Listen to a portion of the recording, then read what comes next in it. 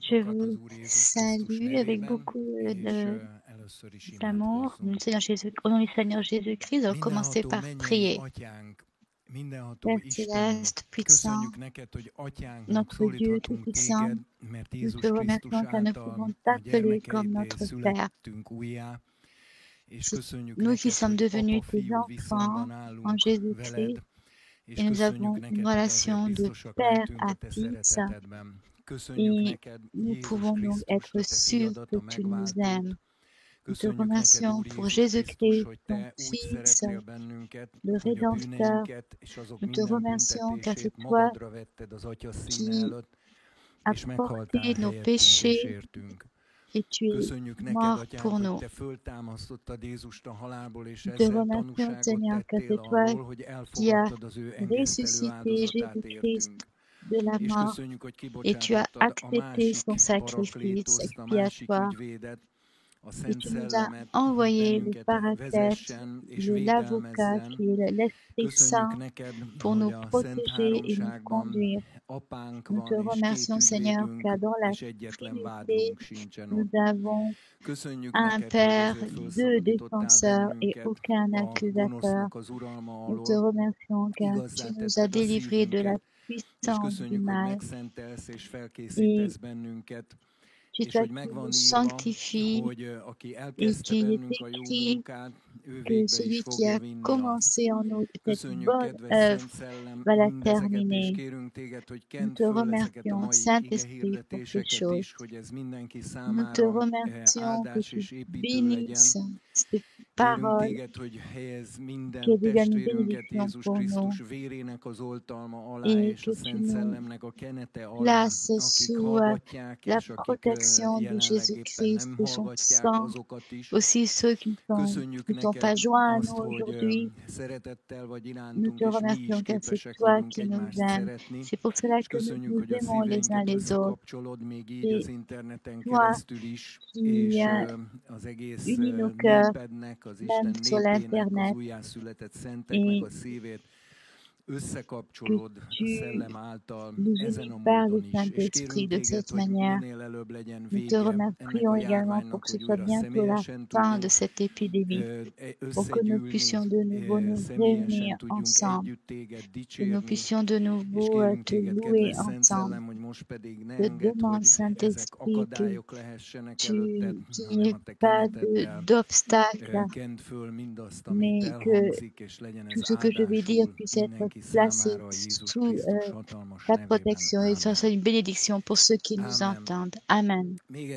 Encore une fois, je veux vous saluer avec beaucoup d'amour et c'est un grand honneur que je peux annoncer la parole de Dieu.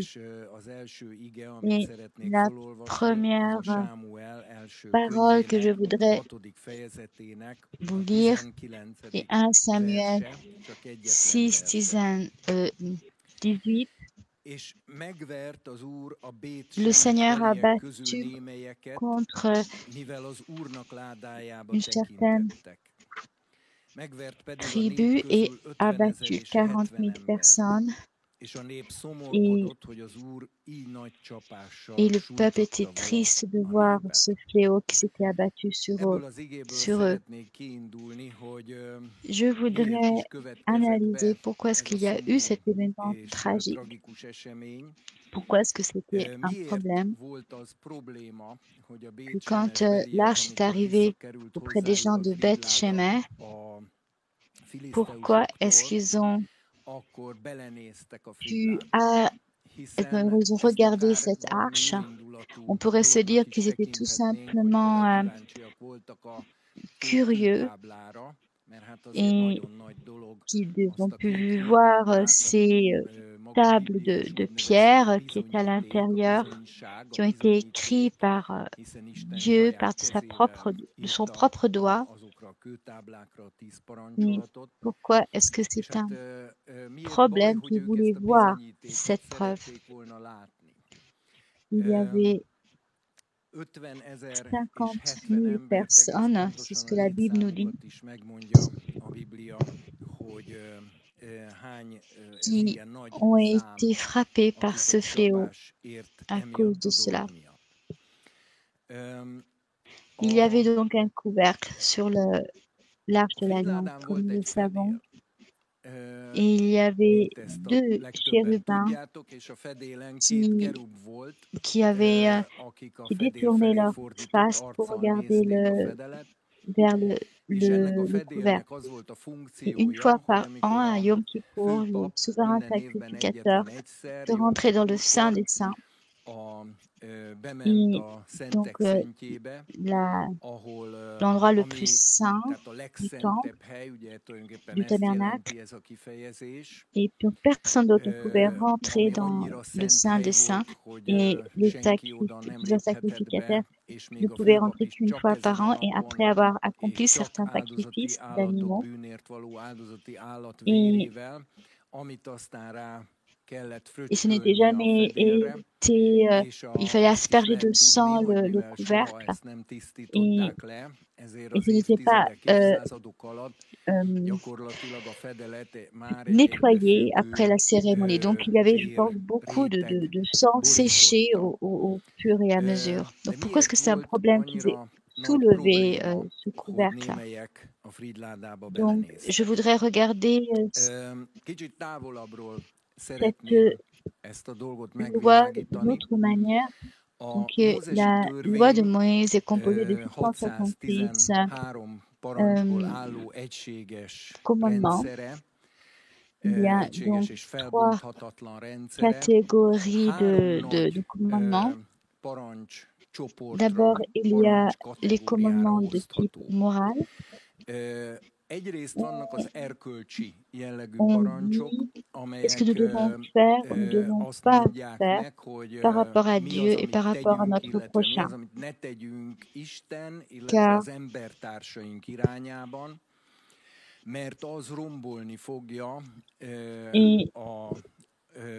il y a des conséquences néfastes au niveau de la vie, des conséquences du péché.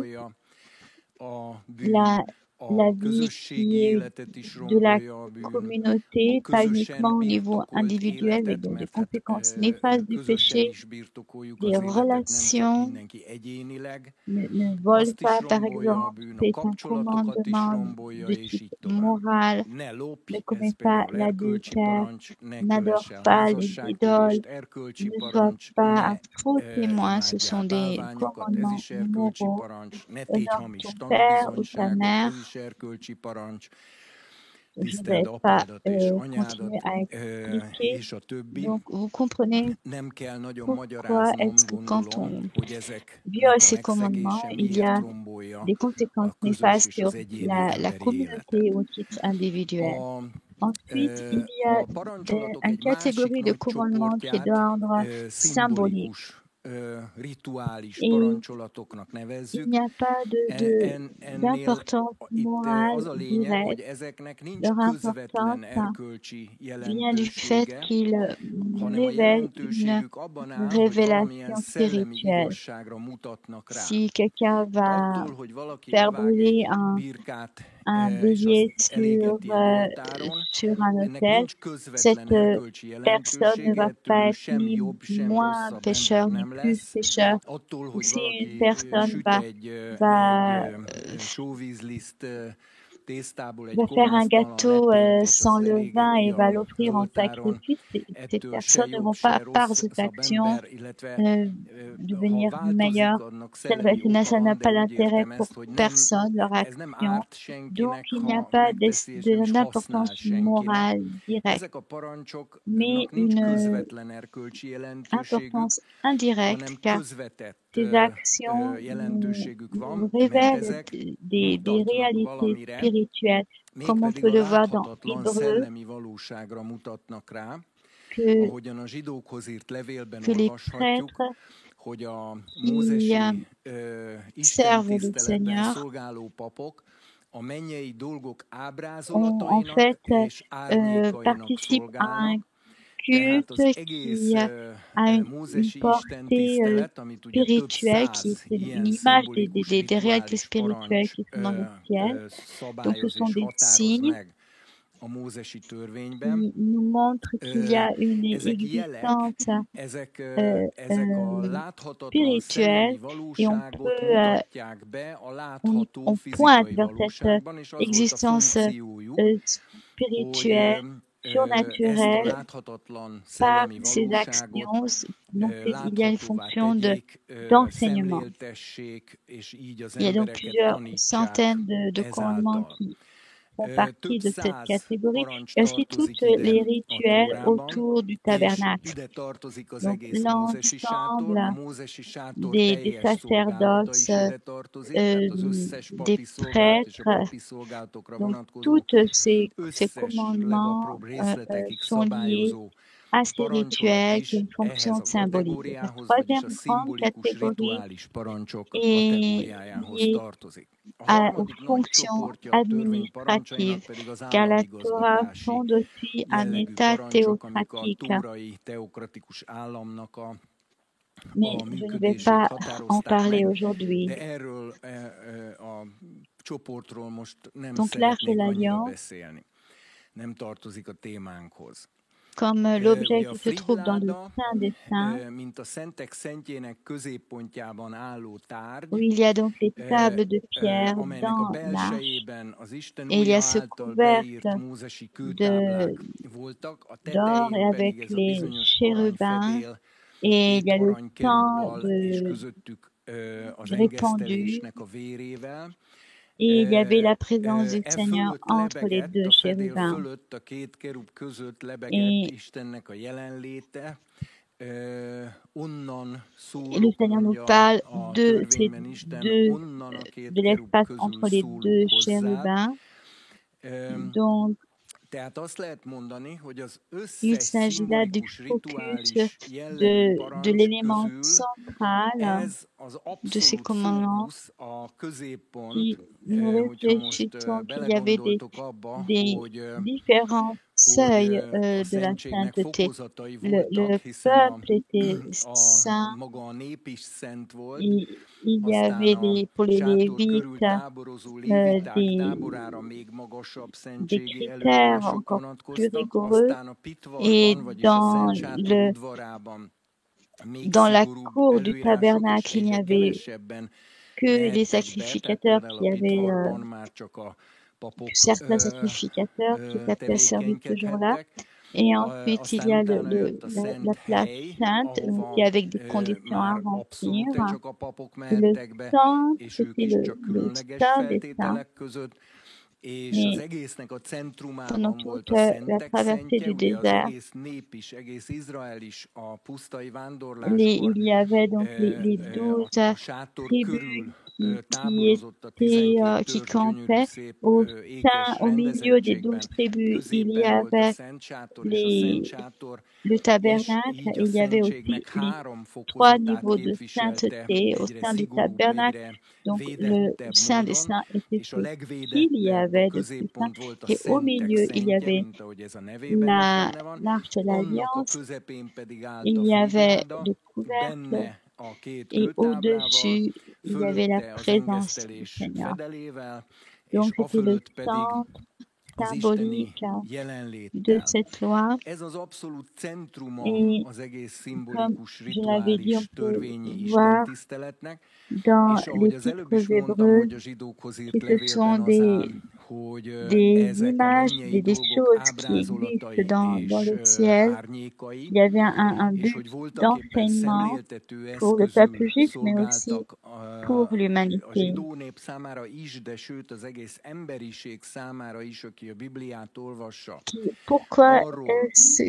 Comment est le monde surnaturel? Comment est le ciel?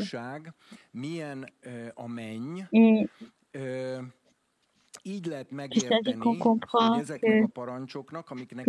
ces commandements qui n'ont pas de dimension morale directe, mais représentent des vérités qui ont un certain niveau de morale également. Donc il y avait ce couvercle de cette tabernacle et que les personnes de Beth Shemesh avaient bougé. Et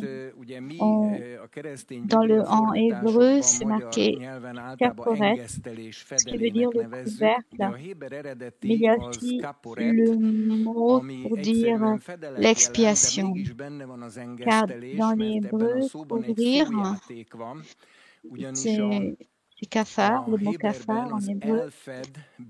Il y a par exemple le mot kippour, qui est le jour de l'expiation, ou le mot kaporet.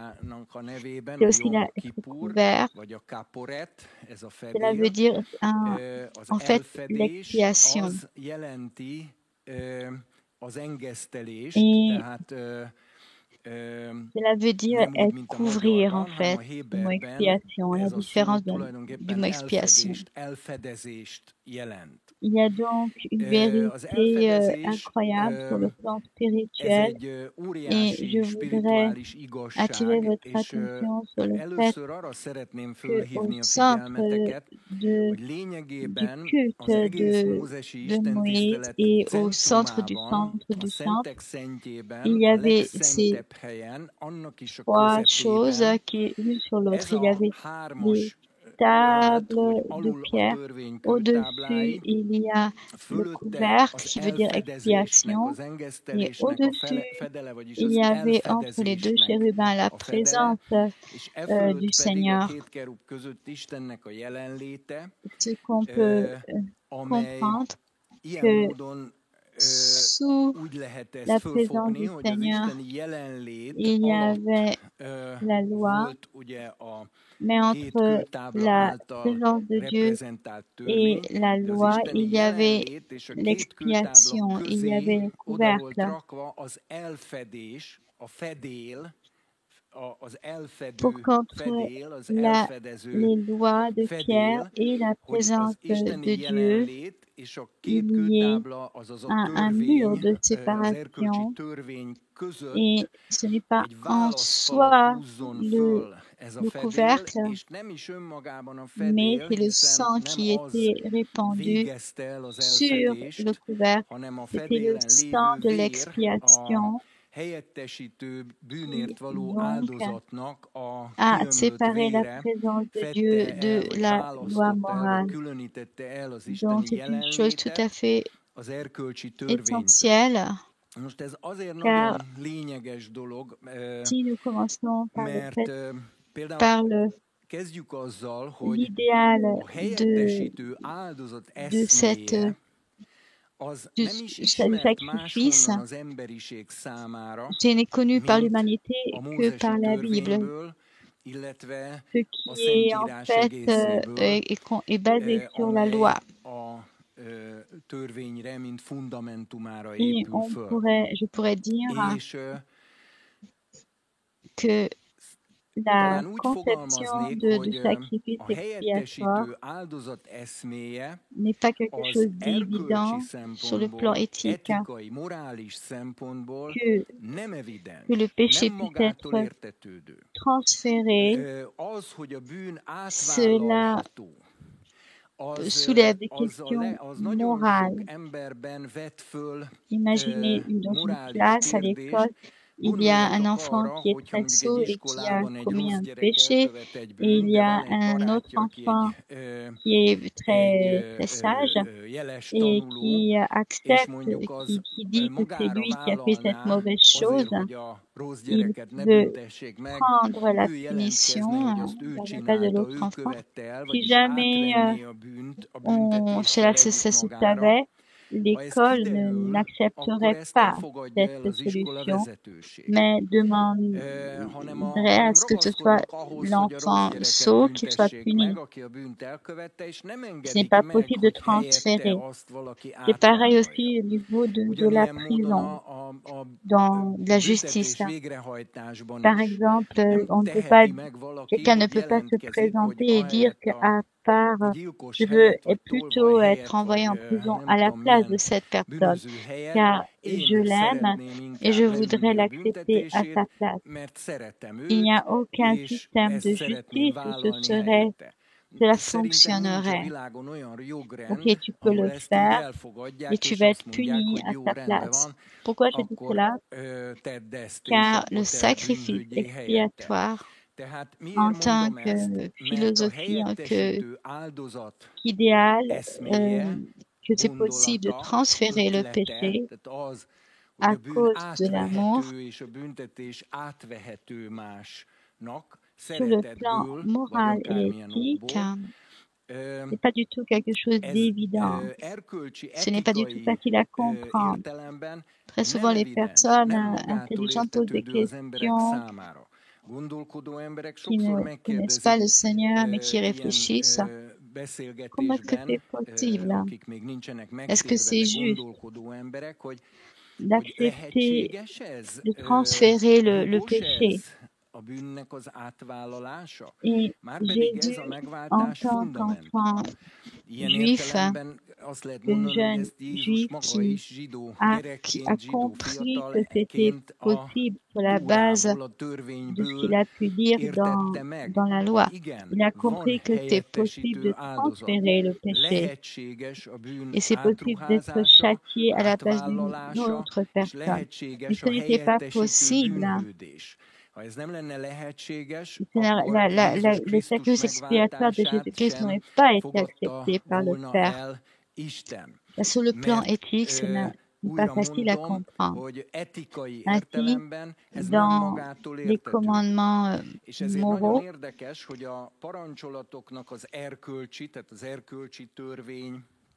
ne commets pas de meurtre, ne vole pas, etc. C'est la partie éthique de la loi, mais les réalités spirituelles qui sont révélées au travers des commandements de type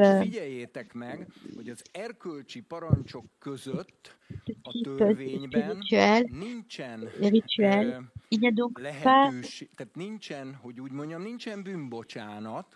ce n'est que dans les béatitudes qu'on va retrouver, par exemple, la capacité de dire il faut pardonner.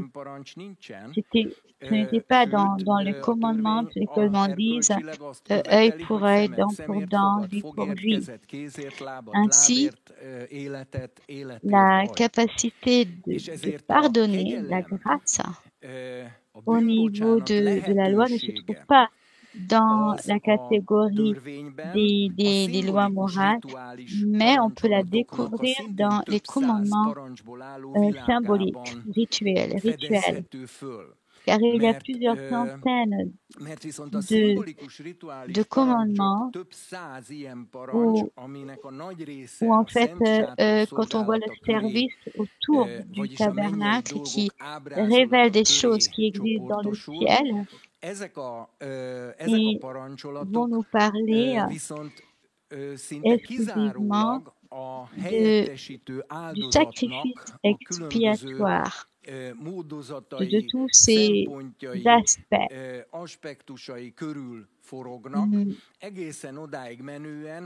Donc, jusqu'au jour du Yom Kippour, au jour de l'expiation, au centre du Saint des Saints,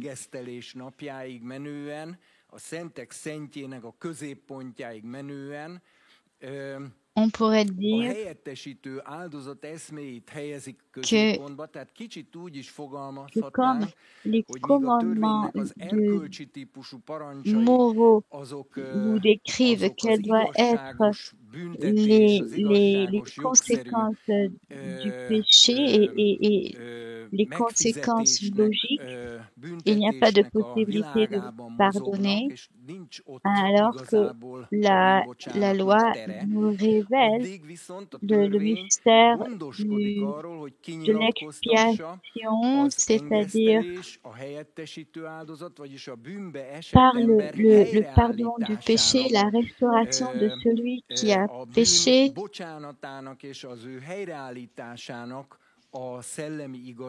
et là, c'est dans les commandements symboliques de la Torah. Et là où le sacrifice expiatoire se trouve au centre, c'est un reflet du ciel. On peut voir que les lois morales, les commandements moraux vont condamner l'homme, alors que si on comprend les commandements symboliques, rituels, ils mettent l'accent sur l'expiation, puisque Yom Kippour, qui était la plus grande fête, le samedi des samedis, la fête la plus importante, quand le souverain sacrificateur va dans le sein des saints et au milieu de la plus grande sainteté des saintetés, il va asperger le couvercle de sang, ainsi pour que le Seigneur ne puisse pas regarder les tables de pierre sans regarder au travers du sang expiatoire. Car il faut savoir que le ciel est le monde de l'amour de Dieu, et dans une certaine mesure, ce monde spirituel prédomine sur les règles éthiques. Et ces règles éthiques ne sont vraies et ne sont réelles quand c'est l'amour qui est la motivation. Donc, quand quelqu'un a une vie morale mais n'aime pas, ce n'est pas de la moralité. On peut dire qu'il va devenir son propre accusateur. Je ne veux pas aller plus dans les détails, mais Satan en hébreu veut dire l'accusateur. On peut dire aussi celui qui initie un procès.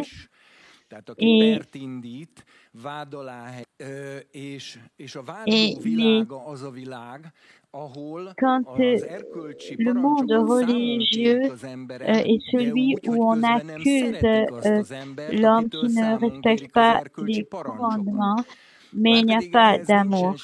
Parce que personne n'a le droit de cela, car tous ces commandements ne peuvent être motivés que par l'amour.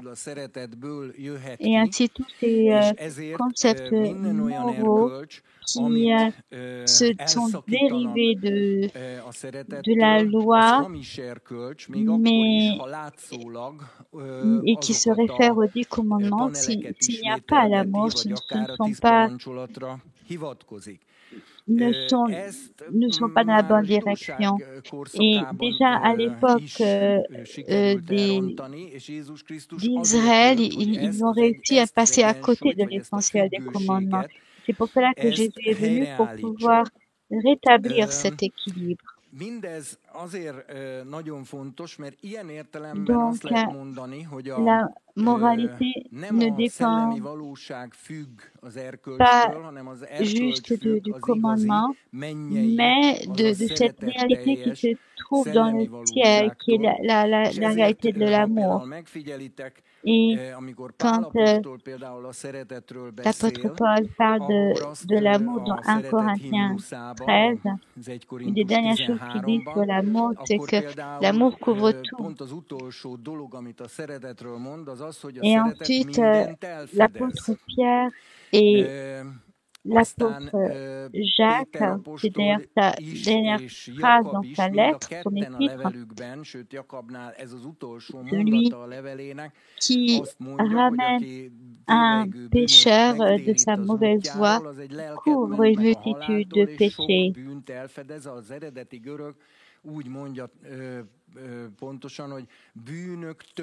En fait, il y a une couverture, multitude de péchés qui va être couvert si tu annonces avec amour l'Évangile. Vous m'avez demandé une fois de résumer l'Évangile pour des personnes qui n'étaient pas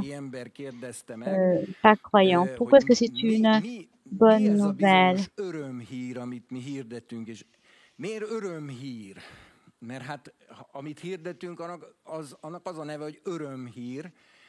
És ezen el kell gondolkozni, hogy la bonne nouvelle que nous annonçons aux non-croyants? Donc, c'est la question à laquelle je devais répondre. Je ne sais pas. Ma réponse, c'était la bonne nouvelle, c'est qu'il y a le pardon. La bonne nouvelle, ce n'est pas qu'il y a du péché. La bonne nouvelle, ce n'est pas que tu es un pécheur, c'est la loi qui le dit, et c'est vrai. C'est vrai pour chacun d'entre nous. Et il n'y a que Jésus-Christ qui a vécu sans aucun péché. Il n'y aura absolument aucune autre personne qui pourra le faire sur cette terre. Et quand le royaume des cieux viendra, alors oui, mais avant non. Mais le fait que tu sois un pécheur, ce n'est pas l'Évangile. Tu le sais déjà. Mais comme nous le savons tous, même ceux qui le nient, mais ils le savent de l'intérieur. Donc la bonne nouvelle, c'est de leur dire qu'il y a le pardon des péchés. Et c'est la couverture, l'expiation, le couvercle, comme dans ce qu'on trouve dans les commandements de Moïse, qu'il n'y a pas juste un aspect moral, mais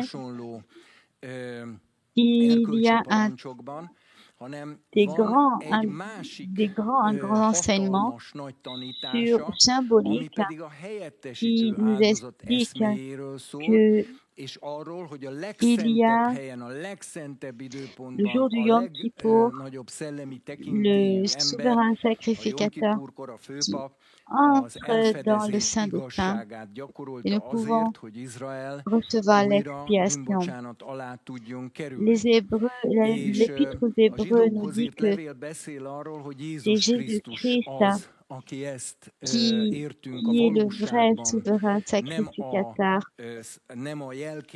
Il est entré dans les cieux, dans le ciel et a procédé à montrer son propre sang. Donc c'était une image, le tabernacle, ça s'est passé pour de vrai dans le ciel. Et donc je voudrais attirer votre attention sur le fait que cette vérité sur la couverture, l'expiation, le vrai se trouve au centre du ciel. Et on pourrait dire que c'est la vérité morale la plus grande dans le ciel. Et là où il n'y a pas cette vérité, il n'y a que les autres vérités morales d'ordre inférieur. Et on ne peut même pas y faire appel de façon juste. Par exemple, s'il y a une famine Si un père trouve que son fils a fait une bêtise, est-ce qu'il va aller dans la police pour dire son fils a fait quelque chose qui n'est pas bien, mais il va parler avec son fils, avec son enfant, et il va peut-être même le punir lui-même, mais il ne va pas le livrer à quelqu'un qui n'appartient pas à la famille pour qu'il aille en prison. Ce qui est très intéressant, c'est que Jésus-Christ parle des derniers temps, c'est-à-dire que les pères vont dénoncer leur fils, voire même pour qu'ils soient punis de la mort, et les enfants vont dénoncer leurs parents voire même pour qu'ils soient punis à mort.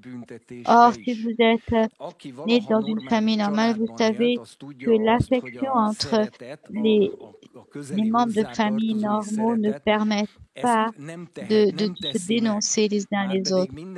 Même si nous avons parfois des problèmes au sein de nos relations, car nous savons qu'il y a au fond de notre cœur que celui que j'aime, je ne vais pas le livrer et le dénoncer. Si j'ai un problème avec lui, je vais régler ce problème avec lui. Je ne vais pas le dénoncer. Ça, c'est la vérité de l'expiation.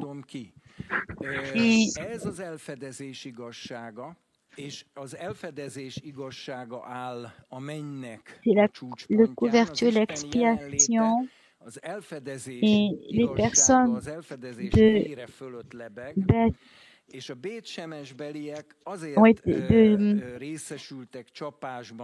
Beth-Shemesh ont soulevé ce couvercle. C'est pour ça que 70 000 personnes ont été tués ce jour-là.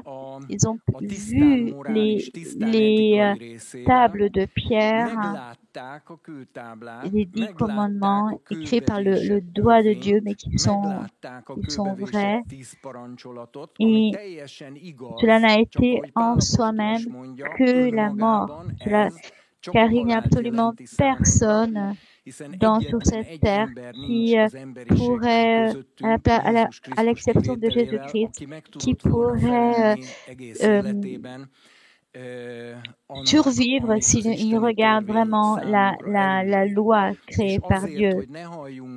Et pour que cette loi ne nous tue pas, c'est la raison pour laquelle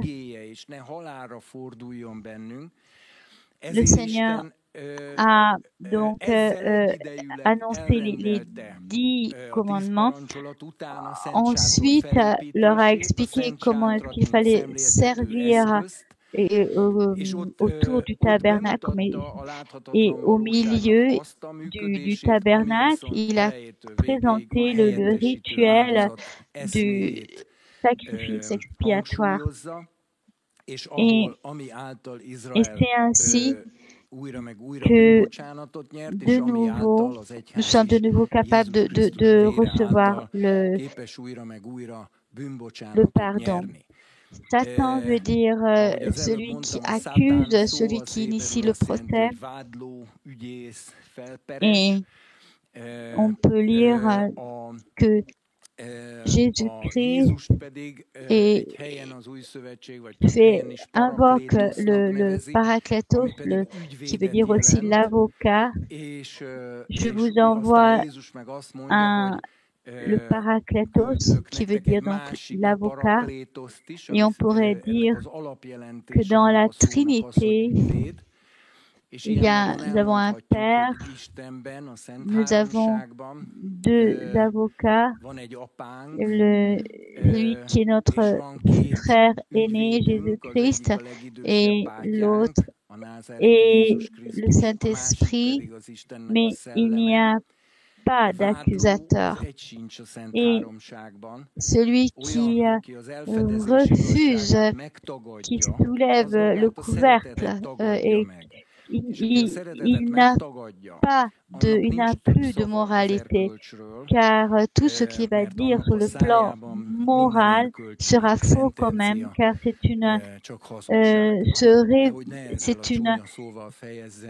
ça va contre l'amour. Ainsi donc, ne vous regardez jamais vous-même et sans le sang de Jésus-Christ. Et ne regardez pas les autres personnes autour de toi sans le sang de Jésus-Christ. Et ce que toi, tu voudrais qu'on fasse pour toi, fais-le pour d'autres. Et tu voudrais que les gens te regardent avec grâce. Alors toi aussi, regarde les autres personnes autour de toi avec grâce. Et notamment ceux qui sont ta famille sur le plan spirituel.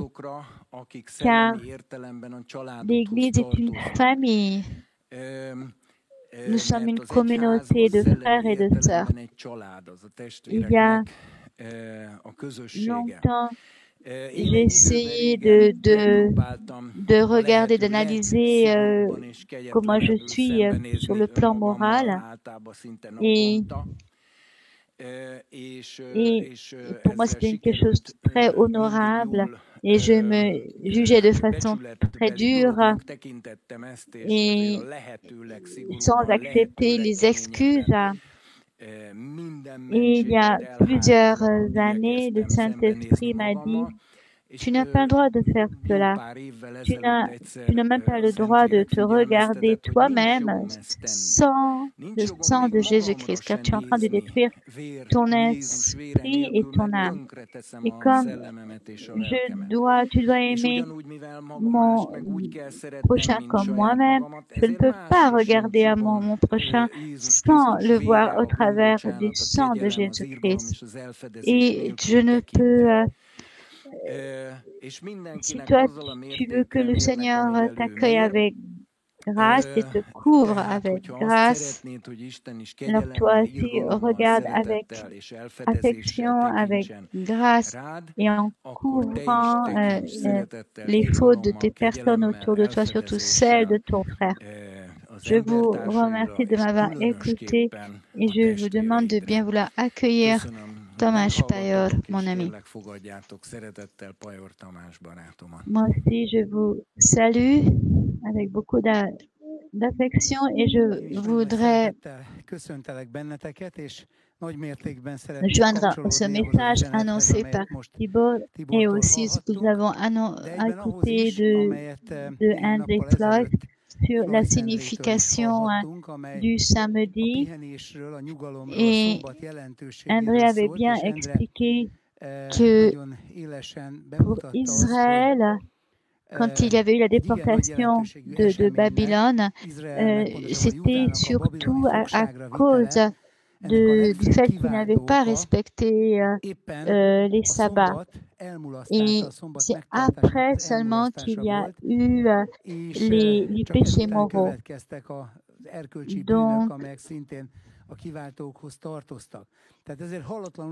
Donc il y a une grande signification au sabbat.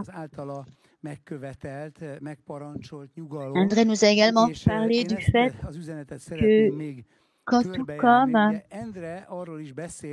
il y a une colonne vertébrale qui se déforme, alors il y a un impact sur certains groupes de muscles, donc ils vont moins fonctionner. Il y aura donc un problème de posture après.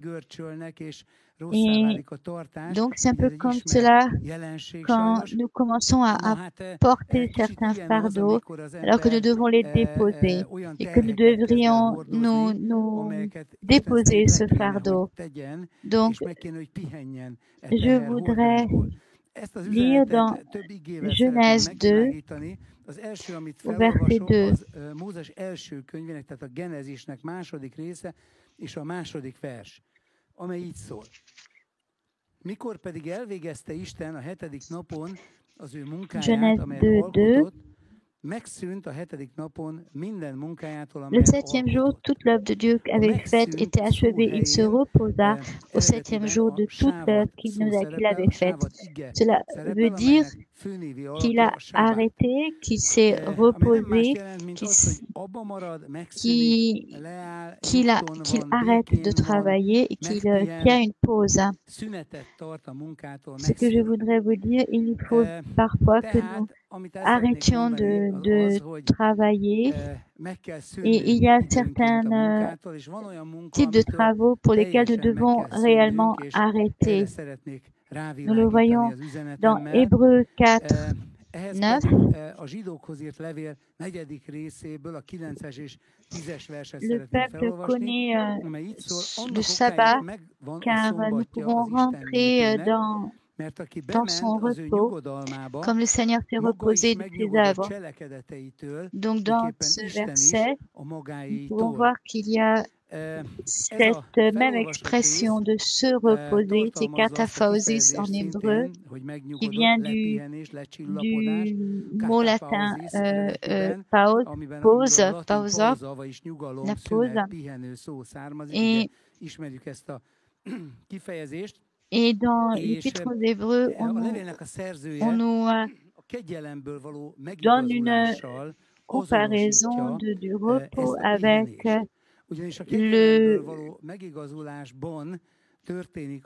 on compare le repos avec le fait d'arrêter de faire des efforts pour se justifier. Mais il s'agit de trouver le vrai repos, qui est le repos que l'on a après avoir devenu au profit de l'œuvre expiatoire. Et ainsi, nous pourrons vraiment nous reposer. Donc, par rapport au travail, quelques éléments importants. Et je ne veux pas vous dire qu'il faut arrêter de travailler complètement. La Bible nous dit que celui qui ne mange pas, qui ne travaille pas, ne mange pas. Il s'agit d'avoir une approche équilibrée du travail, que nous avons besoin de repos, notamment quand il y a un fétichisme autour du travail. C'est toujours un symbole des dictatures, des systèmes oppresseurs. Et que ce soit au niveau du nazisme ou du communisme, ou quand on va à Auschwitz, on voit l'inscription, le travail rend libre, ce qu'il y a de pire. Et le communisme aussi pensait que le travail rendait meilleur les gens, étaient au centre de la société, mais il était une surévaluation de l'importance du travail. Et ces systèmes ont peut-être disparu, mais dans nos âmes, il y a des restes de ces systèmes. Et il y avait aussi une structure administrative derrière ces systèmes, et avant aussi qui existait avant, car il y avait beaucoup de structures étatiques oppressantes. On parle donc beaucoup de l'esclavage en ce moment, donc l'esclavage est aussi une institution très vieille. Donc il y avait derrière ces systèmes une puissance centrale, et quelque part c'est dans nos gènes, quand il y a on essaie on finit par avoir peur de ce qui vient d'un centre de puissance, car on a des mauvaises expériences avec ce type de système. Ainsi, quand on parle de vivre une vie qui plaît à Dieu, cela est comparé à un type de travail et ça devient fétichisé. Et alors que nous devons collaborer avec le Seigneur. Donc, bien avant les exemples modernes que je viens de citer, je voudrais vous parler comment est-ce que dans la Bible, dans l'époque biblique, il y a eu le fétichisme de ce type de travail. Dans Deutéronome, versen keresztül szeretnék erre rámutatni, amely így szól, Egyiptom királya pedig mondta nekik, Mózes és Áron, miért vonjátok el a népet az ő munkáitól, menjetek dolgotokra.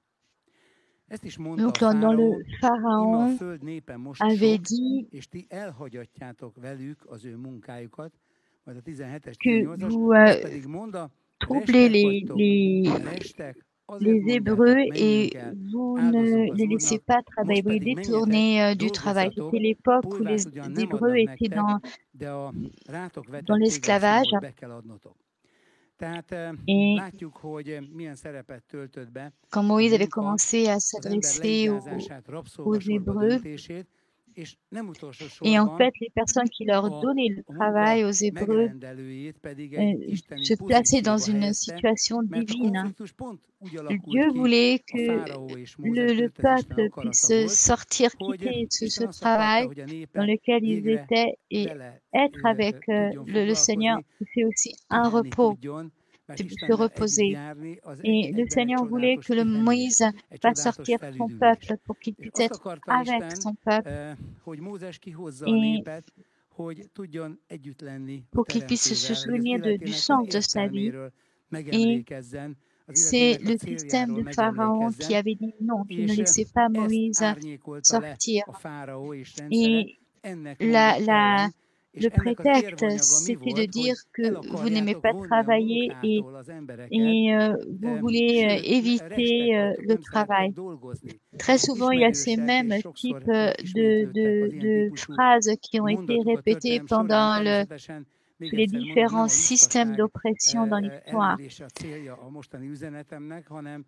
Le Seigneur aussi a arrêté de travailler le 7e jour et cela a une très grande signification pour que nous aussi nous soyons capables d'arrêter nos œuvres et quand nous nous reposons, alors nous pouvons faire l'expérience du fait que je ne dépends pas de moi-même, je ne dépends pas de mes efforts, de ma volonté. Ce n'est pas ce qui va me permettre de vivre, mais ces choses-là sont là. C'est pour ça que je peux travailler, que je peux réfléchir, je peux agir, je peux décider, car j'existe et je dois mon existence à celui qui me fait vivre. Et la Bible nous parle notamment du fait que ce Créateur veut nous ramener de notre état de pécheur et il veut nous faire sortir de cet état d'esclave et il veut nous faire entrer dans ce repos pour que nous puissions être ensemble avec lui où la vie est un plaisir. Donc, c'était là le problème au niveau du Pharaon. Je voudrais lire maintenant dans Jean 6, 26, 28, que veut dire le sens du travail et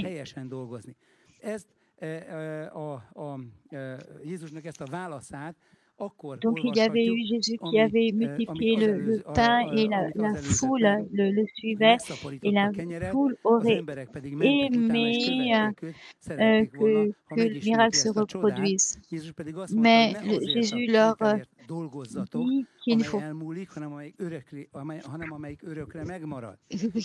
qu'il ne peut pas essayer de reproduire. Quel est le travail que vous devez faire? Et quel est le travail que nous pouvons faire pour le Seigneur? Et la réponse de Jésus était de dire que c'est quand vous croyez en moi que vous faites le travail du Seigneur. Et comment est-ce que la vraie question qu'ils avaient posée était de dire comment est-ce que vous faites pour travailler. C'est ce que nous devons faire. Il n'a pas dit, mais apporter des offrandes, aider les pauvres, etc. Et c'est comme ça que vous accomplissez le travail du Seigneur. Les autres, ce sont des très très bonnes choses si vous les faites, mais il faut les faire par amour, par la foi. Et il faut qu'il y ait une vraie motivation de l'intérieur et pas pour remplir une norme. Et Jésus leur a pas dit de faire ces choses-là. Il a dit croyez, croyez et foi que le Seigneur m'a envoyé. Et donc, ça veut dire aussi, faites confiance à Dieu, à celui qui l'a envoyé. Et donc, c'est une solution bien plus importante, bien meilleure que d'accomplir les commandements en elles-mêmes.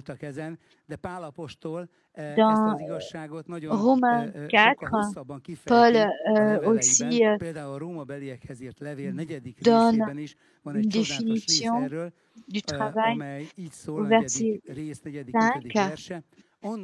Celui qui travaille, on ne lui fait pas grâce, mais celui qui ne travaille pas est justifié par sa foi, par la grâce. Donc, que veut dire le premier verset?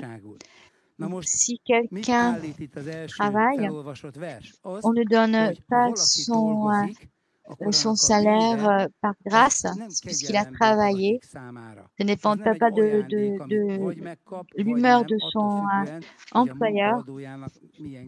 Et le Seigneur, il faut bien se dire, ne va jamais devoir quoi que ce soit.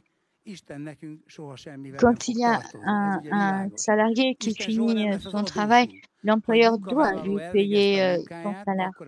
Mais le Seigneur ne nous doit pas de salaire, ne nous doit rien. C'est pour cela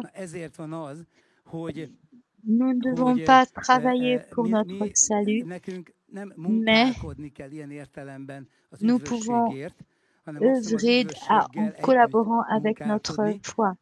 Et nous y arrivons si nous croyons en Jésus-Christ, nous croyons dans cette vérité dont nous venons d'entendre parler, que la loi pour chacun d'entre nous est un commandement qui peut se solder par la mort, car le solde de la mort du péché est la mort. Mais la bonne nouvelle, c'est que nous pouvons échapper du jugement, car Jésus-Christ est le Messie qui est mort pour nous. C'est lui qui a porté nos péchés sur la croix. Et c'est lui qui a accompli ce travail. C'est pour ça qu'il a dit tout est accompli. Ce travail que nous n'aurions jamais pu accomplir, mais lui l'a accompli. Et notre travail pour Dieu, c'est que nous construisions sur cette vérité, que nous laissions que ce soit le fondement de notre vie, que nous laissions cette vérité travailler en nous, et c'est ainsi que nous n'allons pas faire des efforts qui vont nous épuiser, mais nous allons devenir une bénédiction pour nous-mêmes, pour notre prochain, et nous n'essaierons pas de plaire à Dieu. Nous savons que ce n'est pas possible, mais Jésus-Christ a gagné le plaisir du Père, que cela nous a été donné, nous a été transmis. C'est ça la bonne nouvelle. Et l'autre verset que je voudrais lire dans Luc 12, 22, c'est une partie des béatitudes et qui nous parle de la grâce du Dieu sur le plan matériel. On le lit en général, ce verset dans ce domaine, tout cet aspect-là. Mais là, c'est un peu différent. Jésus dit ensuite à ses disciples, « C'est pourquoi je vous dis, ne vous inquiétez pas pour votre vie, de ce que vous mangerez, ni pour votre corps, de quoi vous serez vêtus. Car la vie est plus que la nourriture, et le corps plus que le vêtement. Considérez les corbeaux. Ils ne sèment ni ne moissonnent, ils n'ont ni cellier ni grenier, et Dieu les nourrit. Combien ne valez-vous pas plus que les oiseaux? Qui de vous, par ses inquiétudes, peut ajouter une coudée à la durée de sa vie? Si donc vous ne pouvez pas même la moindre chose, pourquoi vous inquiétez-vous de ce qui est le reste? Considérez comment croissent les lys. Il ne travaille ni ne fuit. Cependant, je vous dis que Salomon même, dans toute sa gloire, n'a pas été vêtu comme l'un d'eux. Si Dieu revêt ainsi l'herbe qui n'existe aujourd'hui dans les champs et qui demain sera jetée au four, ne le fera-t-il pas à plus forte raison pour vous, gens de peu de joie? Ce que je viens de lire commence par ne vous inquiétez pas de vos vies. Et à la place du mot vie, il y a le mot psyché, qui veut dire à la fois vie, mais à la fois aussi l'âme. Donc, on peut aussi comprendre ce passage en disant que ne vous inquiétez pas de votre âme. Et dans l'épée de l'apôtre Pierre, nous lisons que le but de notre salut, c'est le but de notre foi, c'est le salut de notre âme. Le but, c'est que notre âme soit délivrée de ce siècle méchant et qu'il puisse entrer dans la présence de Dieu éternellement. Et la parole de Dieu dit que ne vous inquiétez pas de votre vie. Alors, ce passage ne parle pas seulement des biens financiers en disant que nous devons nous confier tout ça à Dieu, mais il y a une chose plus importante, c'est-à-dire concernant tout notre salut complet. C'est pas facile de créer une subsistance de nos jours, mais tout de même, le monde occidental dont nous faisons partie, si quelqu'un travaille, il peut vivre bien ou mal, mais on peut résoudre ça dans la vie terrestre. Mais le salut, c'est-à-dire l'acquisition de la vie éternelle, ça dépasse nos capacités. Comme Pierre a posé cette question, qui pourra avoir le salut alors? Et Jésus a dit que c'est impossible pour les hommes, mais pour Dieu, tout est possible. Donc c'est une grande tâche, c'est beaucoup plus grande que de créer notre subsistance. Si nous devons nous confier au Créateur qui prend soin de l'herbe, des oiseaux, des lys, alors combien nous pouvons nous confier beaucoup plus nous-mêmes au Seigneur concernant le salut, parce que celui qui a commencé la bonne œuvre en nous va le terminer. Et le fait que tu l'écoutes, ça veut dire que c'est la preuve justement que Dieu a commencé cette œuvre en toi, parce que c'est par la parole de Dieu qu'il a commencé. C'est pour ça que tu écoutes la parole de Dieu. Mais regardons un peu, ce passage nous encourage à quoi ici? Il dit que considérez les oiseaux. On n'a plus de possibilité de le faire en été et profitons-en. Et dans le texte original, c'est considérer. Il y a une expression pour cela qui est le katanoeo en grec. Ça veut dire que contempler. C'est-à-dire c'est une manière de vivre contemplative auquel Jésus-Christ nous encourage. C'est de considérer les oiseaux et ce qui nous entoure dans cette réalité merveilleuse, surtout dans la partie qui n'a pas été transformée par les mains d'hommes, ça nous rappelle toujours au Créateur, les oiseaux, les eaux, les fleurs, les lys, l'herbe des champs. Ça nous rappelle tout ça au Créateur. Imaginons un monde où ça n'existait pas. Tout cela, ça est venu de la fantaisie de l'imagination et de la créativité de Dieu et de sa richesse infinie. Toutes ces choses sont arrivées ainsi. Méditons à ces choses-là et regardons un peu comme le vent souffle, comme il chante, comme il existe. Les oiseaux, par exemple, comme ils coulent, et nous voyons que tout cela fonctionne d'une manière merveilleuse. Et nous n'avons pas encore parlé de l'univers qu'on ne peut pas saisir parce qu'il est tellement grand.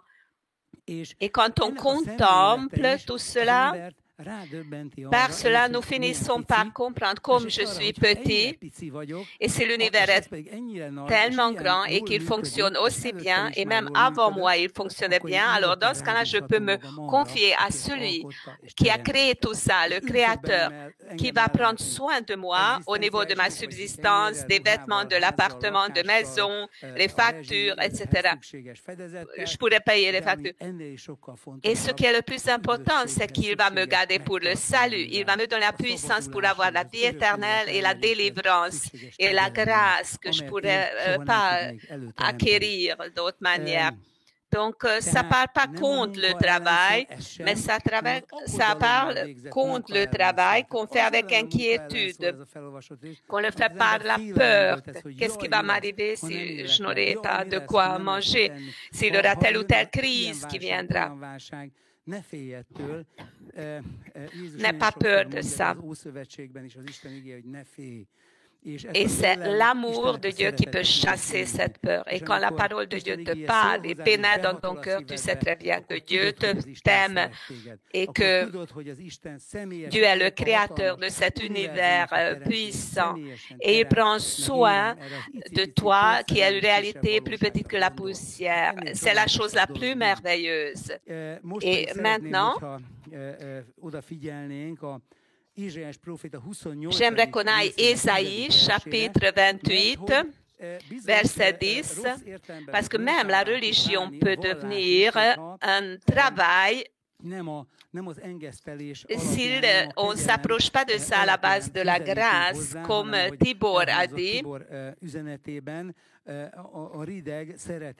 que les acceptances morales, c'est-à-dire les lois, les instructions morales, si on s'approche ainsi de ça, si quelqu'un veut devenir chrétien ainsi. Donc, prophète Ésaïe, chapitre 28, à partir du verset 10, car c'est précepte sur précepte, précepte sur précepte, règle sur règle, règle sur règle, un peu ici, un peu là. Eh bien, c'est par des hommes aux lèvres balbutiantes et au langage barbare que l'Éternel parlera à ce peuple. Il lui disait, voici le repos, laissez reposer celui qui est fatigué, voici le lieu du repos. Mais ils n'ont point voulu écouter. Et pour eux, la parole de l'Éternel sera précepte sur précepte, précepte sur précepte, règle sur règle, règle sur règle, un peu ici, un peu là, afin qu'en marchant, il tombe à la renverse et se brise, afin qu'il soit enlacé et pris. Le prophète Ésaïe fait du rap concernant ce sujet ici, parce que il ironise en même temps, il fait l'objet de l'humour, de ce fanatisme religieux qui crée sans cesse des préceptes sur préceptes, des règles sur règles, et il rend les gens comme des machines religieuses. Et c'est ce que Jésus confrontait le plus. Et c'était ces hommes-là qui vivaient dans la captivité de cette chose-là, qui étaient les plus fanatiques, qui grinçaient leurs dents à Jésus-Christ. Et ils sont devenus leurs assassins.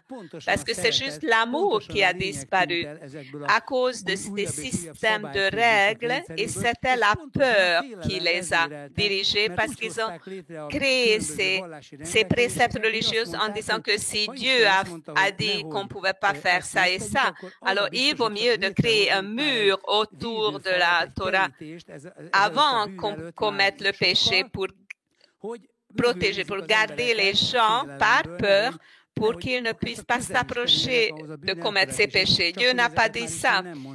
Donc, ces clôtures de protection ont généré d'autres règles. Si on va encore mettre un mur autour de tel ou tel précepte, alors vous avez affaibli les inscriptions, les règles de Dieu, les lois de Dieu par vos préceptes. Jésus a dit plusieurs choses. J'aimerais dire Matthieu 11, verset 30. Venez tous à moi qui êtes pleins de fardeau et prenez mon joug sur vous et apprenez de moi que je suis doux et humble de cœur et vous trouverez du repos pour votre âme. Car mon joug est doux et mon fardeau léger. Ici, c'est le mot portizo, c'est-à-dire qu'on met beaucoup de fardeau sur quelqu'un. Et Jésus voyait très bien que les fils d'Israël sont pleins de fardeaux pareils, également avec le fardeau du péché. Mais ces préceptes religieux n'ont pas diminué ces fardeaux. Ils ont augmenté seulement ces fardeaux. Ils ont même falsifier la conscience des hommes. Et c'est pour ça qu'Israël était, comme dit l'Évangile, comme une brebis dispersée qui n'avait pas de berger. Et Jésus a été ému de compassion et il s'est approché ainsi d'eux. Et il leur a dit que venez à moi. Il y a le mot pause là-dedans qui figure en grec. C'est l'essentiel du mot de sabbat, c'est-à-dire qu'on cesse d'œuvrer, on ne veut plus maintenir notre existence, nous ne voulons pas lutter pour notre salut, nous ne voulons pas obtenir tout. Nous pensons que si nous ne faisons pas sans cesse quelque chose, alors je serai perdu, il n'y aura plus de continuation, il n'y a plus de solution. Mais si cette période de confinement est bon à quelque chose, c'est que nous devons nous reposer du fait d'être ensemble. Et ça veut dire qu'on peut finalement se reposer. On doit réfléchir, on peut réfléchir. Pourquoi est-ce que nous sommes ici sur la terre? Et nous pouvons réfléchir sur notre relation, communion avec Dieu. Et nous pouvons nous reposer dans sa présence. Et Jésus a dit que je vais vous donner ma paix. Je ne vais pas vous donner comme le monde vous le donne. Ne vous inquiétez pas. N'ayez pas peur non plus. Et on peut voir qu'il y a une autre paix que le monde nous donne. Mais c'est une fausse paix. C'est pour ça qu'il ne peut pas y avoir une paix mondiale, parce que jusqu'à ce que le monde ne se réconcilie pas avec celui qui a été envoyé par Dieu, qui a couvert nos péchés par son sang, et ainsi il a ôté la force de punition de la loi de nous, jusqu'à ce que le monde ne se réconcilie pas avec le Messie. Il y a des afflictions, mais Dieu, de son part, il a révélé une vérité merveilleuse, c'est qu'il a réconcilié le monde avec lui. Il a réconcilié le monde, mais le monde n'y est pas encore entré. Et c'est pour ça que Dieu nous a appelés pour faire le ministère de la réconciliation. Nous prions les hommes de se réconcilier avec Dieu. Je vais donner la parole à mon ami Nagy József qui va aider à ceux qui ne se sont pas encore réconciliés avec Dieu pour dire la prière de repentance. J'aimerais ajouter encore que c'est un message très important parce que quand le Messie ressuscité est apparu aux disciples, Jésus-Christ de Nazareth a traversé le mur et ils avaient peur et ils étaient ensemble. Qu'est-ce que Jésus a dit? Paix à vous, que la paix soit avec vous. Et il a répété que la paix soit avec vous. Et cette expression Eirene, en grec, ça veut dire que c'est une bonne salutation. Ça veut dire également que quelqu'un s'intéresse comment va l'autre personne. Nous pouvons même dire que Jésus est entré dans la pièce et il a dit comment allez-vous? Parce que le mot paix en hébreu et même en grec, en hébreu shalom, a une plus grande signification, une signification complexe qu'en hongrois.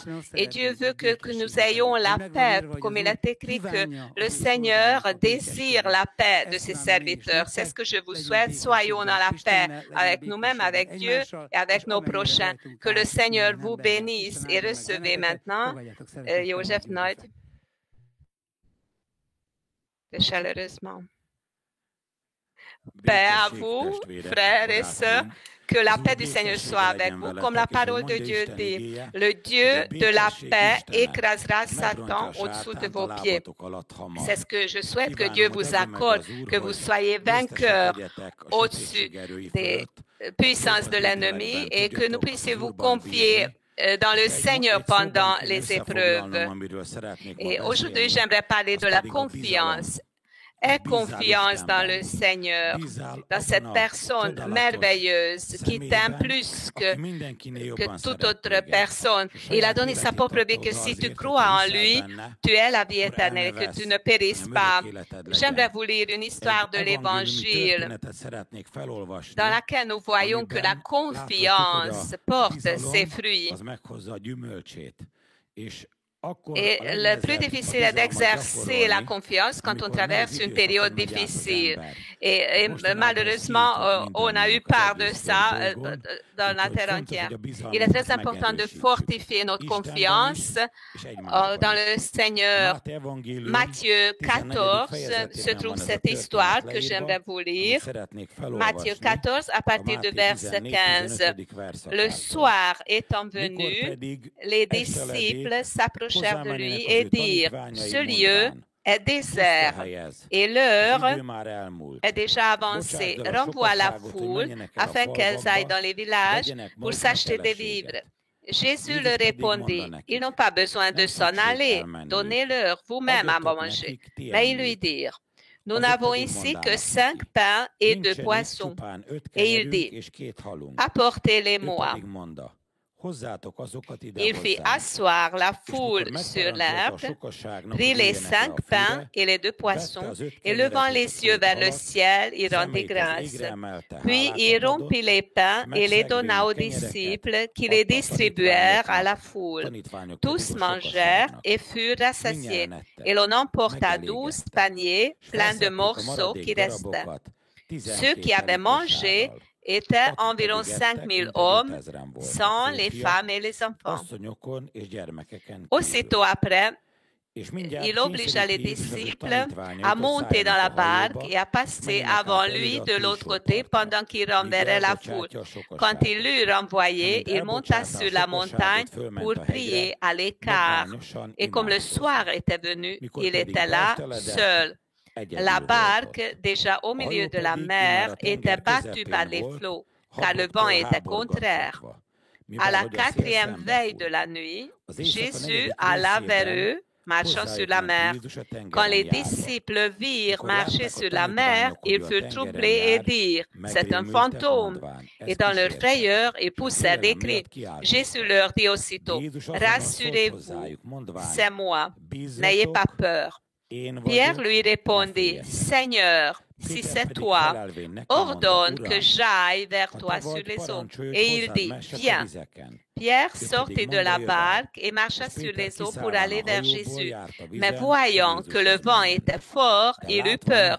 Et comme il commençait à enfoncer, il s'écria, « Seigneur, sauve-moi. » Aussitôt, Jésus étendit la main, le saisit et lui dit, « Homme de peu de foi, pourquoi as-tu douté? » Et ils montèrent dans la barque et le vent cessa.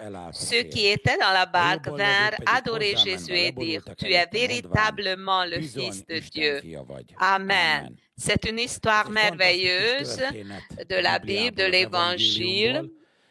Jésus s'est révélé d'une nouvelle manière qu'il domine les puissances de la nature. Et quand il y a une situation tellement difficile qu'on pense qu'il n'y a pas de solution, il n'y a pas d'issue, c'est la mort qui viendra. Alors, Jésus est capable de nous aider même dans ce cas-là. Le passage qu'on a commencé à lire, c'est que c'était un lieu désert.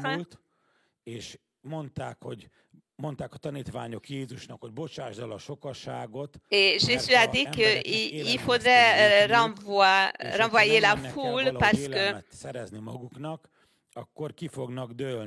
il faut qu'ils s'achètent des vivres.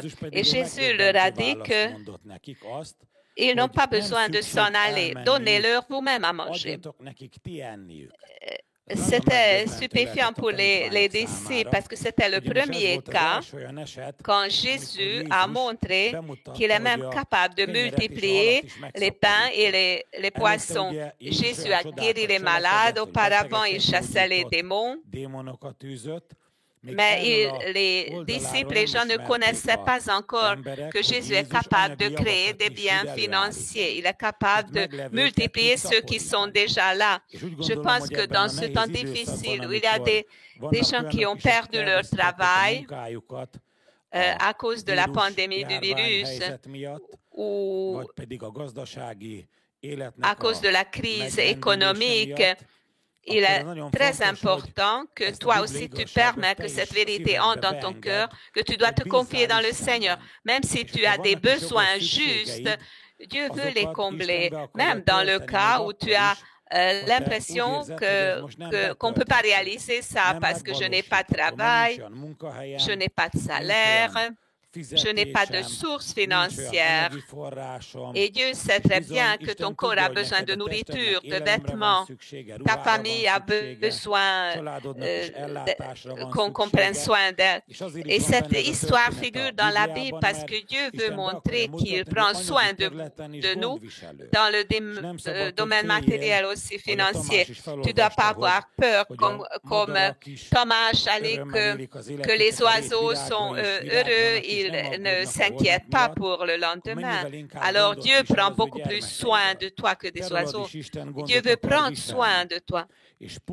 C'est un lieu désert. Le monde entier est devenu un désert parce que tout d'abord, c'était difficile d'avoir des vivres. Ou d'abord, si on est allé au magasin, au supermarché, on a vu que plus rien ne restait pour eux et les gens s'inquiétaient comment ils allaient avoir de la nourriture. Et il y avait beaucoup de personnes qui ont accumulé les biens, les vivres. C'est pas un problème parce qu'on est prévoyant et on peut prendre soin de lui-même et des siens. Mais il peut y avoir un lieu si désert que tu ne peux pas acheter tout ce que tu veux parce que tu n'as pas la possibilité de le faire. Mais n'oublie pas que Dieu est même dans une telle situation avec toi. Même dans le cas où tu te trouves dans un lieu désert, et quand il y a un lieu désert donné, alors, on espère qu'on va aller dans un autre lieu et ça ira mieux. Mais cette situation du virus nous montre que ça n'est pas arrivé au cours de l'histoire, que dans la terre entière, la vie des gens a complètement changé et tout est devenu des lieux déserts. L'entourage des gens est devenu un désert.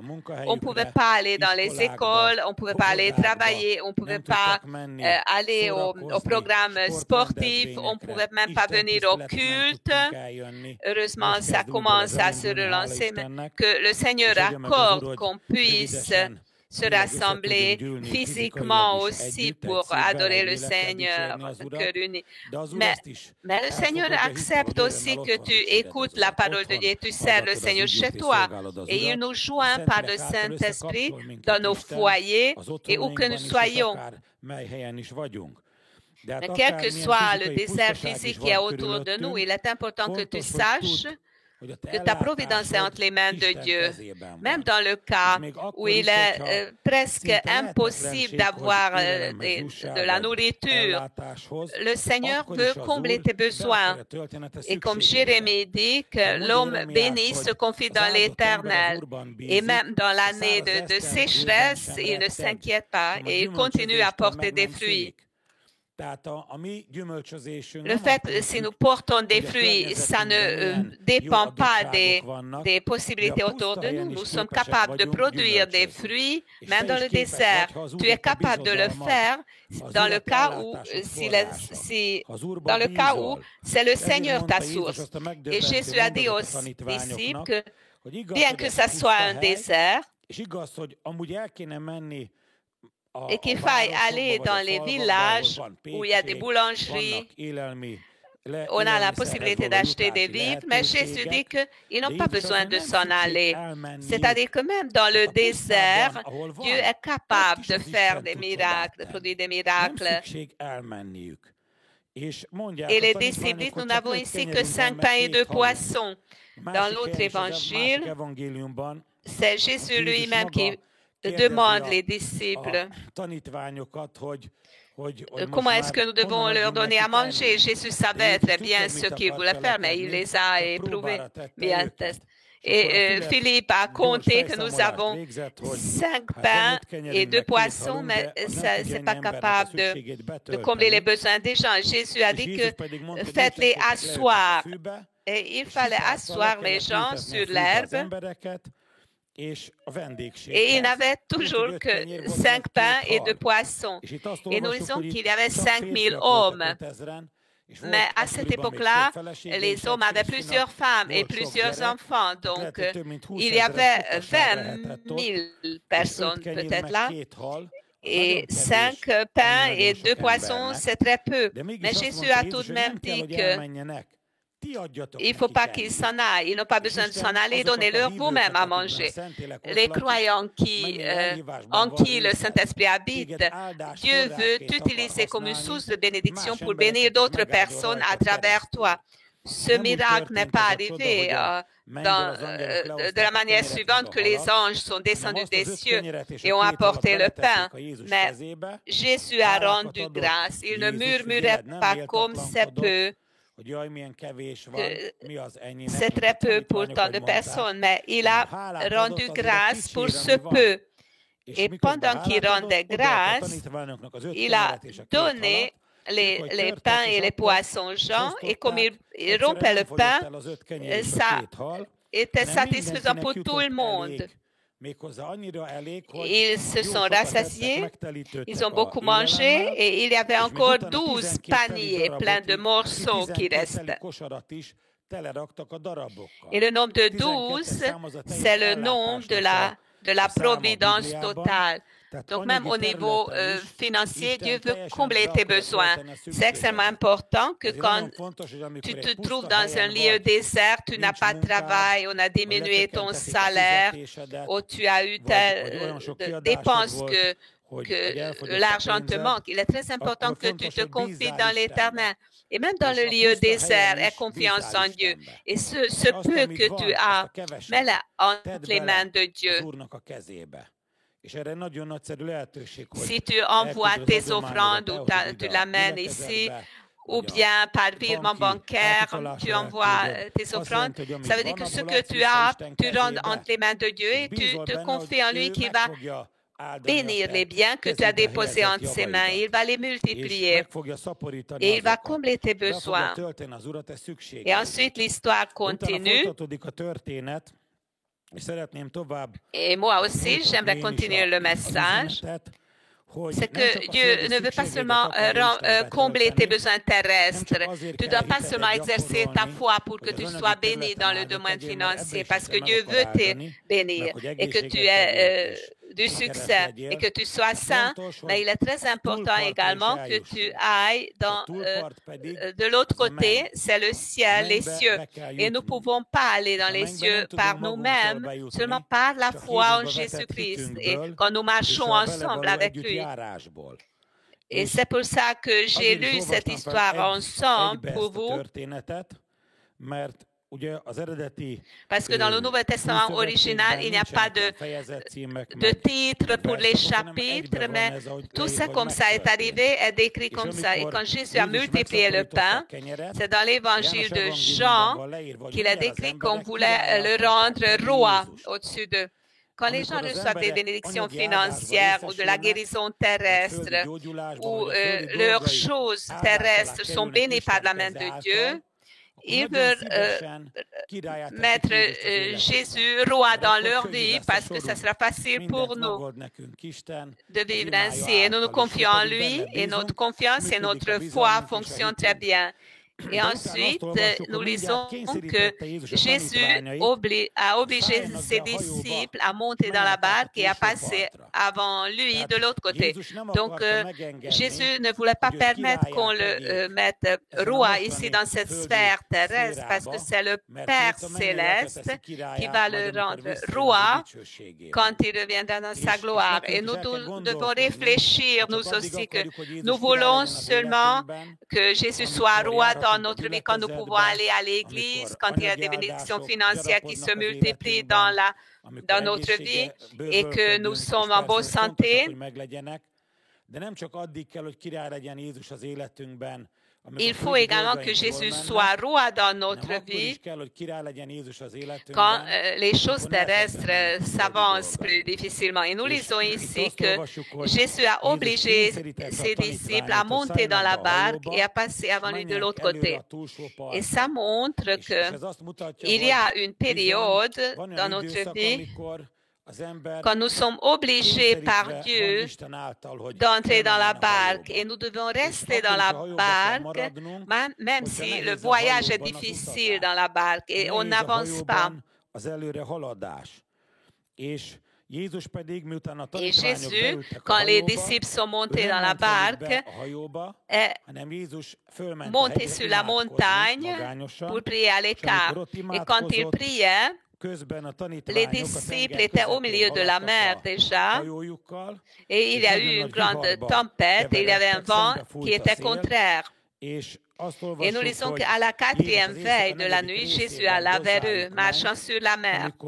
Et quand les disciples virent marcher sur la mer, ils furent troublés et dirent, c'est un fantôme.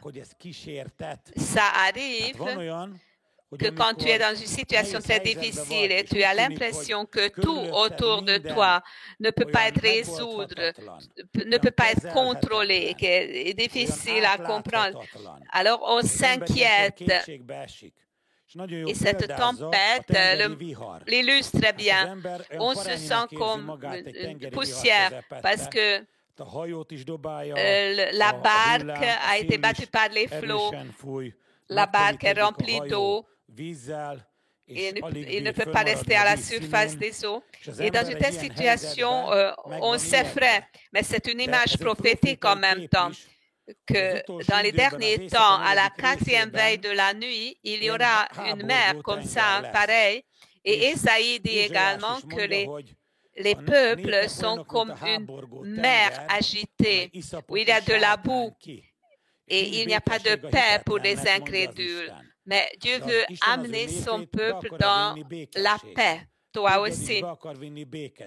Et comme la tempête est de plus en plus grande, le chaos est de plus en plus grand dans le monde, l'incertitude de tous les côtés, la période passée a montré comme la manière de vivre humaine est fragile, la culture, les habitudes que nous avons construites depuis des milliers d'années, d'un moment à l'autre, chacun a été confiné. Et on pouvait aller faire des achats ou faire des courses dans des temps désignés par l'État, donc gouvernement. Donc Dieu veut attirer ton attention sur le fait que ne te confie pas dans le monde dans lequel tu vis, mais dans ton Fils, en son Fils qui t'a racheté par son sang. Tout ce que nous construisons est durable. Une seule chose est certaine, c'est la parole de Dieu. Et il faut que notre vie soit fondée sur la parole de Dieu. Dans ce cas-là, Dieu va nous garder. Et Jésus, à la 4e veille de la nuit, est allé vers eux. Mais avant, Jésus voyait déjà depuis la montagne que les disciples avançaient même dans le vent qui était contraire.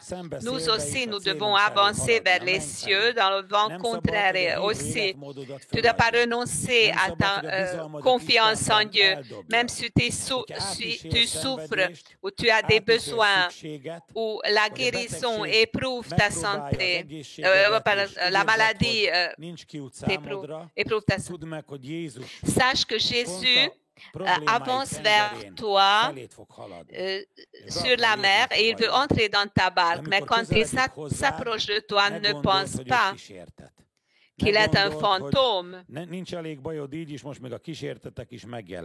Confie-toi en Dieu, parce qu'il a dit que va de l'autre côté. C'est lui qui nous a obligés à entrer dans la barque. Alors nous devons avoir la confiance en lui.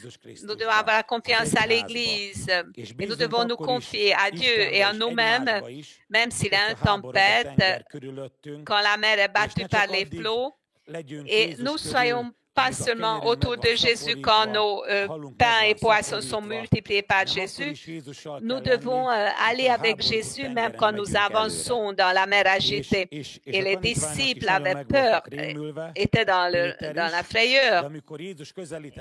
Mais Jésus a dit, rassurez-vous, c'est moi, n'ayez pas peur. C'est très important que tu te confies en Dieu. La confiance, ça veut dire que crois. Ne rejette pas ta confiance, ta foi. Et c'est le même je suis. C'est le je suis qui est apparu à Moïse et qui a dit quel est ton nom? Il a dit que c'est le je suis qui m'a envoyé et c'est ce je suis qui te parle. Pas que j'étais ou je serai, mais le je suis. Et tu dois croire en Dieu que c'est le verbe être, c'est la parole. Il est avec toi, il ne va pas t'abandonner dans ton problème, dans ta maladie, dans tes difficultés financières, dans tes problèmes familiaux, quelle que soit ta difficulté, il ne t'abandonne pas. Mais ne pense pas de lui qu'il est un fantôme, reconnais sa parole. Ce n'est pas par tes yeux que tu vas le reconnaître, mais par tes oreilles. Comme Pierre a entendu dire que c'est le « je suis » qui lui a parlé. Si Jésus, si c'est toi, donne-moi un ordre pour aller vers lui.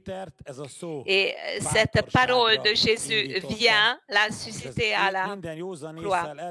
Et la susciter à sortir de la barque. Et même sur cette mer agitée, il a commencé à marcher vers Jésus. Et une chose merveilleuse est arrivée, comme il mettait ses pieds sur l'eau, et il est resté sur l'eau, comme Pierre avait peur, et même les disciples dans la barque. Et c'est un grand miracle quand Pierre osait s'approcher de Jésus par la foi. Il était capable de marcher sur les eaux. Mais Pierre a commis une erreur en s'approchant de Jésus, en marchant sur les eaux, et il a vécu ce miracle. Il a commencé à réfléchir, comment est-ce possible que je marche sur les eaux? Il a regardé les grosses vagues, la tempête, le vent. Et quand il regardait ce qui l'entourait, il commençait à enfoncer. Et c'est pareil pour toi. Quand tu étudies tes symptômes, comme tu as de la tumeur, comme que tes douleurs sont fortes, ou si tu regardes ton salaire comme c'est peu, ou si tu regardes que pendant le confinement du virus, ton mariage s'est écroulé, parce que tu pouvais aller avec les copains partout, tu pouvais t'évader dans ton travail. Mais maintenant que tu étais fermé avec ta femme pour 3 mois, alors vous vous êtes disputés. Pourquoi est-ce que ça vous est arrivé? Parce que si on passe beaucoup de temps avec ses proche. Et si on ne se trouve pas dans son homme nouveau, alors le vieil homme s'élève de nouveau. Et quand on est de manière dépouillée, alors nos faiblesses remontent à la surface. Le véritable amour, c'est de couvrir les faiblesses de l'autre. C'est très important d'exercer la patience également. Mais Dieu est le Dieu de la restauration. Je vous dis ça que peut-être que ton mariage est dans la tempête, tes relations familiales, mais Jésus est capable de calmer même cette tempête. Tu n'as qu'à aller à Jésus et de lui demander de t'aider. Et si tu as l'impression que tu n'as pas grande chance et tu commences à t'enfoncer, reçois un conseil. Ne regarde pas la tempête, ne regarde pas le vent, ne regarde pas les symptômes qui t'entourent, mais regarde Jésus, à Jésus. C'est seulement comme ça que tu peux rester sur les eaux, au-dessus de la tempête. Je t'encourage, quelle que soit la difficulté dans laquelle tu te trouves, regarde Jésus seulement. Quand Jésus parlait à Nicodème, il lui a dit qu'on doit élever le Fils de l'homme comme Moïse a élevé le serpent d'airain dans le désert. C'était un des messages de Jésus à Nicodème. Et qu'est-ce que Moïse a fait quand il y avait des serpents qui ont mordu les fils d'Israël dans le désert? Parce qu'ils murmuraient à cause de leur situation difficile. Ils se sont révoltés contre Dieu. Dieu leur a donné une solution. Et la solution, c'était qu'il fallait regarder sur le serpent d'airain que Moïse a mis sur une planche. Ce qui symbolise Jésus-Christ. Jésus-Christ a pris nos péchés sur lui. Il a été crucifié pour nous. Et l'acte a été cloué sur la croix. Jésus ne te condamne pas, ne t'accuse pas. Jésus t'aime. Jésus t'aime. Jésus t'aime. Jésus t'aime beaucoup. Il a donné sa propre vie pour te sauver. Tu as une seule chance d'être sauvé et de marcher sur les eaux. Si tu ne regardes pas les flots, les vagues, ta maladie, tes problèmes familiaux, ni tes problèmes financiers ou la crise dans ta relation, mais tu élèves tes yeux et tu regardes Jésus qui est mort pour toi à la croix. Et dans ce cas-là, ce ne sera pas la poison et le fait que le serpent t'a mordu, mais c'est la parole de Dieu qui va te vivifier. Et c'est l'essence de la confiance. Quand on a l'impression qu'il n'y a pas d'issue, quand Jésus te parle, tu ne vois pas sa forme extérieure. Tu ne reconnais pas par tes yeux que c'est lui parce que la tempête, les flots, les vagues, les ténèbres, l'obscurité ne te permettent pas de reconnaître Jésus par tes yeux. C'est par ton cœur que tu peux le reconnaître. Si tu entends sa parole, tu reconnais que c'est le Maître qui t'appelle. C'est Jésus qui te parle. C'est lui qui t'appelle. Et c'est seule la confiance et la foi dans ton cœur qui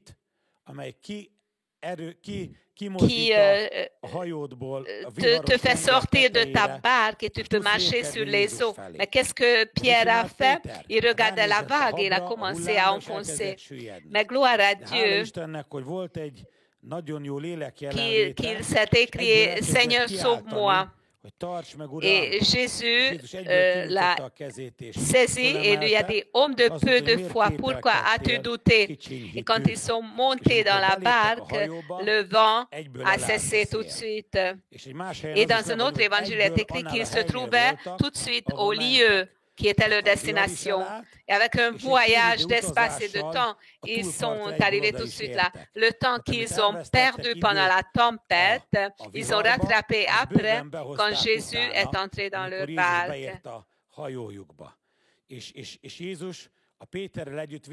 Et Jésus est entré dans cette barque qui a failli enfoncer. Et Jésus veut rentrer dans ta vie aussi, pour que tu te trouves dans la sécurité. Mais d'abord, tu dois s'approcher de Jésus. Et Jésus va rentrer dans ta barque. Et quand tu vas expérimenter comme Dieu t'a délivré, alors, conformément aux disciples, nous disons que nous nous prosternons devant lui et nous disons que tu es véritablement le Fils de Dieu. Si toi, tu regardes notre programme d'aujourd'hui et tu n'as pas conclu alliance avec Jésus-Christ. Je t'encourage d'aller vers Jésus. Comment est-ce que tu peux le faire? Dans une prière. Tu crois cela dans ton cœur et tu prononces avec ta bouche que tu crois en Jésus-Christ, dans le Fils de Dieu. Et quand tu prononces cela, alors dans les cieux, ton nom sera écrit dans le livre de la vie éternelle. Et dans ton cœur, il y aura un changement qui va arriver. Jésus-Christ prendra sa demeure dans ton cœur, il va entrer dans ta vie, il va entrer dans ta barque. Et dans ce cas-là, tu auras la paix.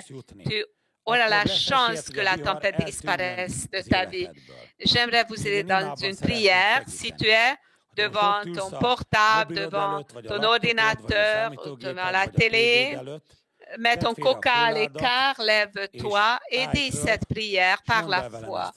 Avec moi, Père Céleste, répète après moi. Père Céleste, je te remercie d'avoir donné ton Fils unique, Jésus-Christ, que tu l'as envoyé des cieux et il est devenu homme et il est mort pour moi à la croix du Calvaire. Je reconnais Jésus d'être un pécheur. Et j'ai commis beaucoup de péchés contre toi. Mais maintenant, je me repens de mes péchés. Je te prie, Seigneur Jésus, pardonne-moi. Purifie-moi par ton sang et efface tous mes péchés et ôte toutes mes maladies parce que je crois à Jésus. Que tu es le Fils de Dieu qui est descendu des cieux. Je t'aime, Jésus. Je crois en toi. Je vais te suivre pendant toute ma vie. Et je te remercie d'avoir écrit mon nom dans le livre de la vie éternelle. Amen. Amen. Amen.